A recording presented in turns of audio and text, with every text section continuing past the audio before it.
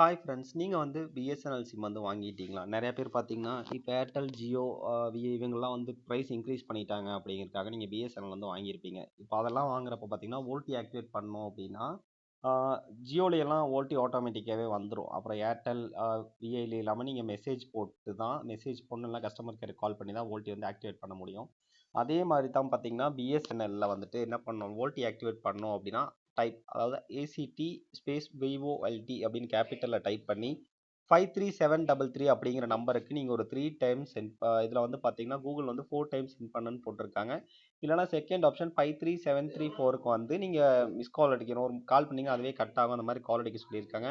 But கால் அடித்தேன், அப்படி activate ஆகலை. நான் பார்த்தீங்கன்னா 3 டைம்ஸ் ஆக்ட் வோல்ட்டின்னு வந்து மெசேஜ் பண்ணேன். மெசேஜ் பண்ணதுக்கப்புறம் பார்த்தீங்கன்னா எனக்கு யுவர் ரிக்வெஸ்ட் இஸ் ரிசீவ்டு பிஏ wait for reply SMS BSNL மொபைல்னு சொல்லி வந்துருச்சு. கூடிய சீக்கிரம் கன்ஃபர்மேஷன் மெசேஜ் வந்து வந்துடும். இன்னொரு விஷயம் என்னென்னா, உங்கள் ஏரியாவில் வந்துட்டு பிஎஸ்என்எல் 4G ஒர்க் ஆனால் மட்டும்தான் இந்த ஓல்டி சர்வீஸ் வந்து ஒர்க் ஆகும். ஓல்டி ஒர்க் ஆச்சுன்னா கால் குவாலிட்டி நல்லா இருக்கும். இல்லைனா ஃபஸ்ட்டு பேசுகிறப்ப ஒரு மாதிரி குறைன்னு லைட்டாக கேட்கும் பார்த்தீங்களா, அந்த மாதிரி கிளாரிட்டி இல்லாத ஒரு வாய்ஸ் மாதிரி தான் கேட்கும்.